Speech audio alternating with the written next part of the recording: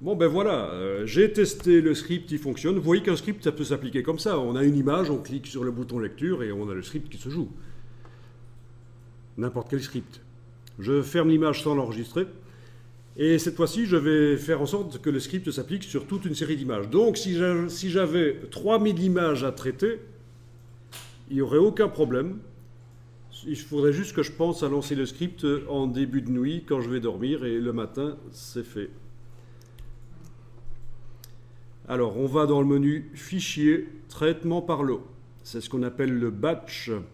Fichier, Automatisation, Traitement par lot.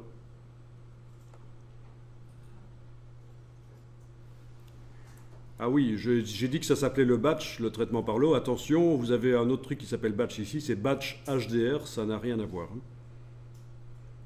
Vous allez dans le menu Fichier, Automatisation, Traitement par lot. Pourquoi est-ce que je dis que ça s'appelle le batch? Parce que vous allez rencontrer souvent des gens qui vont utiliser le terme anglais. Donc parfois, à la place de traitement par lot, ils vont dire qu'on fait un batch.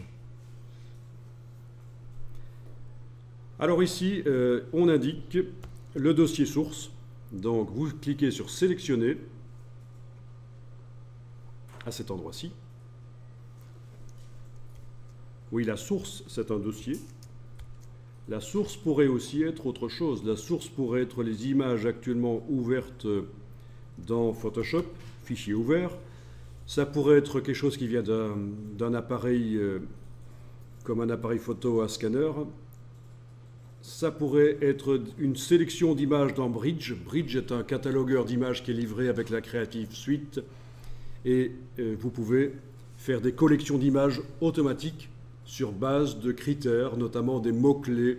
Enfin, mais ici, donc, ça vient d'un dossier. Alors, on clique sur Sélectionner et on va choisir le dossier PSD qui contient nos images PSD. Parce qu'on sait que si on démarre des JPEG, ça ne marchera pas. Parce qu'en final, on a une image avec des calques, donc il faut démarrer avec un format qui peut contenir des calques. Donc, je choisis le fichier PSD sélectionné, et là, il est indiqué que j'utilise donc le fichier PSD. Ceci, vous ne cochez surtout pas. Priorité sur les instructions d'action ouvrir, il ne faut pas cocher, sauf si vous avez dans le script une ouverture d'image.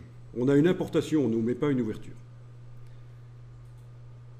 Ceci, c'est si on a des sous-dossiers dans le dossier PSD, bien entendu. Ceci, vous pouvez cocher, supprimer les boîtes de dialogue d'options d'ouverture des fichiers et supprimer les avertissements sur les profils colorimétriques, vous pouvez cocher aussi. Erreur, arrêt en cas d'erreur. Alors, il ne faut surtout pas garder l'option ici, arrêt en cas d'erreur, parce que des erreurs, va y en avoir, et on n'a pas envie que le traitement par lot s'arrête à la première erreur. C'est quoi les erreurs qui peuvent survenir? Eh bien, sur les ordinateurs, il y a des fichiers cachés que vous ne voyez pas, qui servent comme ressources informatiques à l'ordinateur. Mais Photoshop les voit, il va essayer de les ouvrir. Et forcément, ça va faire une erreur, parce que ce ne sera pas un fichier image. Donc, il ne faut surtout pas garder arrêt en cas d'erreur. On va consigner les erreurs dans un fichier. Donc, consigner les erreurs dans un fichier. Une fois que vous avez choisi ça, vous cliquez sur Enregistrer sous. Et le fichier qui va consigner les erreurs, c'est un fichier texte. Vous le mettez où vous voulez, sur le bureau, n'importe où. De toute façon, on ne va pas aller le regarder. Il faut qu'il existe, mais on n'ira pas le regarder. Il y a peu de chances qu'on doive aller le regarder. Donc, consigner les erreurs dans un fichier, ça veut dire que les erreurs qui auront été rencontrées pendant l'exécution du script vont être listées là. C'est un espèce de log.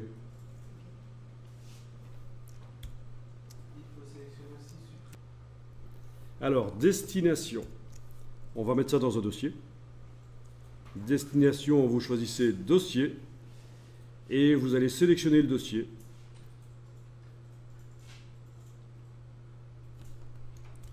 Alors, le dossier,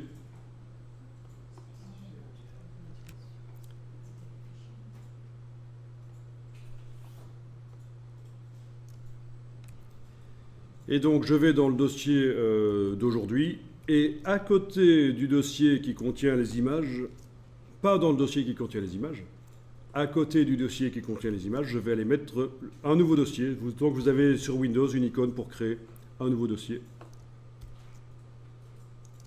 que je vais appeler image traitée par exemple. Vous mettez le nom que vous voulez, pas trop long quand même.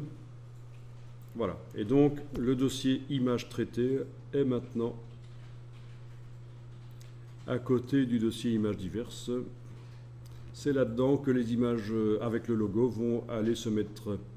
Donc le script va aller chercher les images dans le dossier PSD, va mettre le logo et va les enregistrer dans le dossier images traitées. Voilà, je clique sur sélectionner.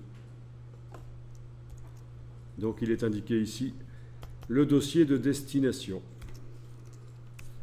Vous ne cochez pas priorité sur les instructions enregistrées sous si vous n'avez pas dans le script d'enregistrement d'images.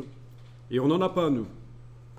Parce que si vous le cochez alors que vous n'avez pas d'action d'enregistrement, le script va foirer, il ne va pas fonctionner.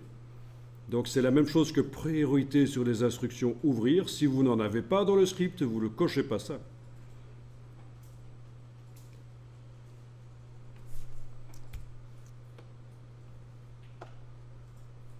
Je vous dis en vitesse à quoi ça correspond. Quand on enregistre, parfois dans certains scripts, on enregistre l'image sur le disque dur, à la fin, quand le script est fini, pour pouvoir lui donner un certain format d'enregistrement. Par exemple, je veux qu'il soit enregistré en JPEG avec tel taux de compression, ou en PSD, etc. Et si on ne coche pas cette option au moment où on joue le script, toutes les images traitées vont être réenregistrées sous le même nom, celui qui a été utilisé dans le script. Le fait de cocher ça va dire à Photoshop, tiens, quand tu joues le script, au moment où tu enregistres l'image, ok, tu utilises les paramètres d'image qui ont été utilisés au moment du script, hein, JPEG niveau 6 de qualité par exemple, mais le nom du fichier doit être le nom de l'image originale traitée, pas le nom... Ça doit être le nom de l'image qui est actuellement traitée, pas le nom qui a été utilisé quand j'ai créé le script. Vous voyez, c'est à ça que ça correspond.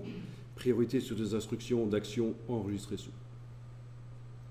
Ça veut dire que le nom de l'image qui est traitée par le traitement par l'eau, a priorité, c'est ça qui est utilisé à la place du nom de l'image qui a été utilisée au moment où j'ai fait le script. Ici, vous avez tout un système où vous pouvez renommer d'une certaine manière le document. Mais là, je vais simplement indiquer que le document va s'appeler, ça va être le nom du document, et l'extension, ce sera du .psd. Donc, je garde ça comme ça. Ceci, c'est juste un exemple. Ça vous montre que ce sera le nom du document et l'extension.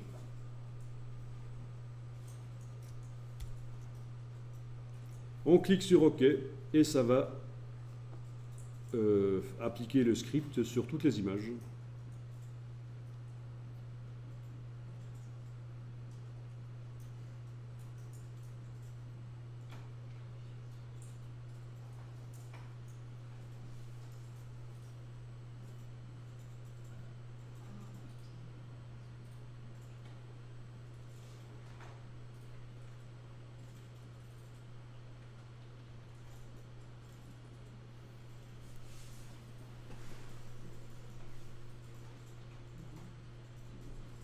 Bon.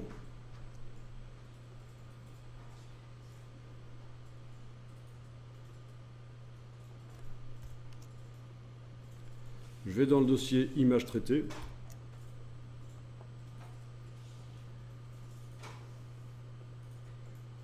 Voilà. Donc dans le dossier, vous remarquez que toutes les images ont reçu le logo correctement.